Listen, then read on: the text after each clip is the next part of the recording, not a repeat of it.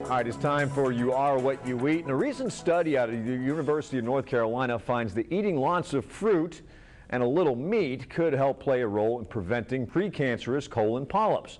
Joining us now with more is Dr. Mark Mincolla, natural health care practitioner from Cohasset, Massachusetts. Thanks for joining us, Doc. Good morning, Josh. This seems like a pretty straightforward formula here.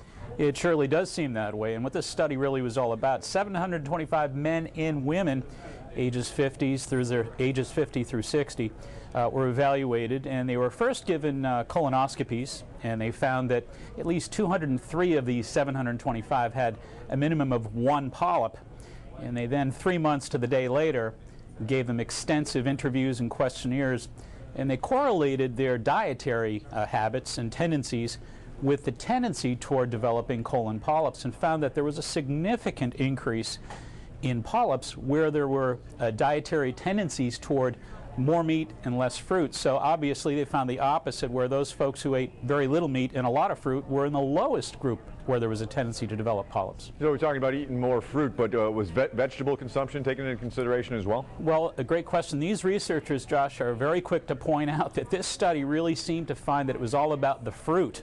But they're also, again, very clear about the fact that we should not cut down on those vegetables because of so many pre-existing studies that suggest that both fruits and vegetables have the same protective support. All right, now when you say that the group with the lowest cancer risk consume lots of fruits and a little bit of meat, are we just talking about red meat here? No, and that's also a really important question in this study. This study basically found that those folks who had animal products, animal proteins we should say, including fish and poultry, which again, we're not used to hearing that, but again, this particular study says fruits got to go way up and animal proteins got to go way down in order for your colon to really receive the benefits of this kind of protective screen, if you will. All right, summing up, what do we take away from this study? I think the takeaway is real simple, Josh. I think it's more fruits, and certainly don't stop eating those vegetables, and really cut down on your animal proteins, especially the fattier ones. And if folks want to learn a little bit more about this particular study, Josh, they could check out our website at www.maxhealing.com. All right, so Mom was right.